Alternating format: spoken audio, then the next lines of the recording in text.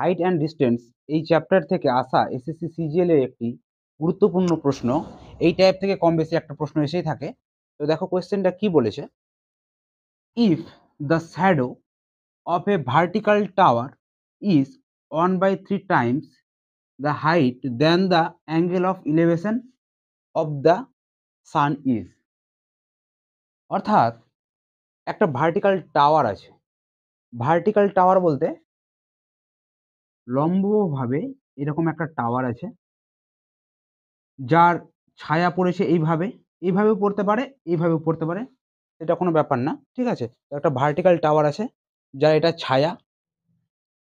কি বলে দিয়েছে যে এই ভার্টিক্যাল টাওয়ারের যেটা উচ্চতা, তার 1/3 টাইমস হচ্ছে এই উচ্চতার দৈর্ঘ্যটার সমান, ঠিক আছে। তাহলে এর উন্নতি কোণটা কত হবে? ইলেভেশন of the sun is, suppose ধরে নাও এখানে সান আছে বা সূর্য আছে, ঠিক আছে। তাহলে এইখান থেকে যে এটা উন্নতি কোণ হয়েছে, এই কোণটা কত ডিগ্রি? কিভাবে এই কোশ্চেনটার সলিউশন করব? তো প্রথমেই আমরা কোণগুলোর নাম অঙ্কন করে নিই। এটার নাম সাপোজ আমরা দিলাম এ কোণ, এটা বি, এটা সি।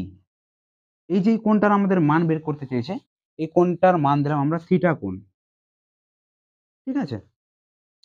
তো বলছে এই যে লম্বভাবে যে টাওয়ারটা আছে, এটার উচ্চতাটাকে ধরে নিলাম আমরা এইচ অথবা হাইট, ঠিক আছে। আর এটারই হচ্ছে এত গুণ হচ্ছে তার যে এই হাইটটার ছায়াটা, সেটা বলে দিয়েছে কত? 1/3 টাইমস, ঠিক আছে। তাহলে এইচ যে এইটা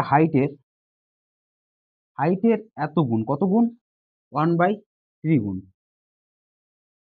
এটা বলেছে এর ডিস্টেন্সটা, বিসি এর যে ডিস্টেন্সটা বা শ্যাডোটা, সেটা হচ্ছে তোমার হাইটের এত গুণ, মানে 1/√3 গুণ।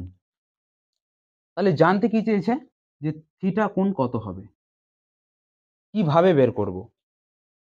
তো দেখো, প্রথমে আমাদের জানতে হবে কি, যে ত্রিকোণমিতির সাইন কস ট্যান এর এই সমস্ত যে মানগুলো আছে, সেই সমস্ত মানের সম্বন্ধে আমাদের জ্ঞান থাকতে হবে।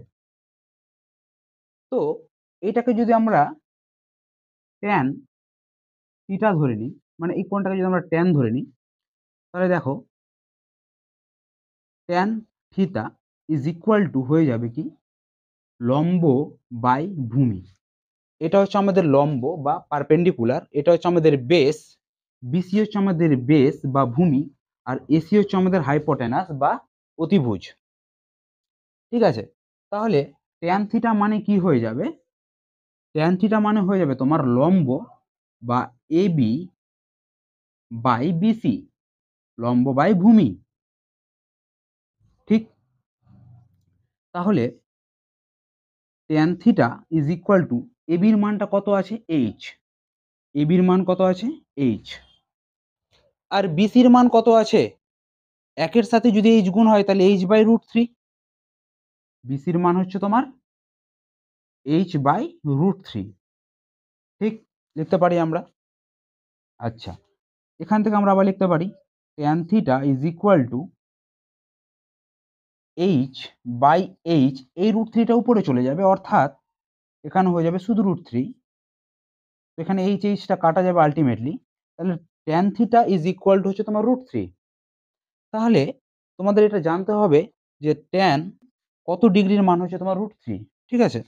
তাহলে এটা জিনিস মাথায় রাখবে, tan theta is equal two √3 হচ্ছে তোমার ট্যান 60 ডিগ্রির মান। ট্যান 60 ডিগ্রির মান হচ্ছে তোমার √3। কোনো একটা ভিডিওতে আমি তোমাদের দেখিয়ে দেবো কোন ডিগ্রির মান কিভাবে বের করতে হয়। বা এখানে দেখো তাহলে কি পেলাম, tan theta is equal two পেলাম ট্যান 60 ডিগ্রি। তাহলে এখান থেকে দেখো ট্যানটা ক্যান্সেল হয়ে যাবে, তাহলে থিটা কোণের মান আমরা পেয়ে যাবো 60 ডিগ্রি। তাহলে থিটা কোণের মান পেয়ে যাবো আমরা কত ডিগ্রি? 60 ডিগ্রি। তাহলে এই কোয়েশ্চেনের অ্যান্সারটা হয়ে যাবে কত? 60 ডিগ্রি। আশা করি তোমরা বুঝতে পেরেছো। যদি ভিডিওটি ভালো লাগে তাহলে অবশ্যই লাইক, কমেন্ট এবং শেয়ার করে। তো তোমরা যারা সরকারি চাকরির প্রস্তুতি নিচ্ছ তারা অবশ্যই আমার ইউটিউব চ্যানেলটিকে সাবস্ক্রাইব এবং পেজটিও ফলো করে রাখবে আপকামিং এই ধরনের শর্টকাট ম্যাথ দেখার জন্য। তো ধন্যবাদ।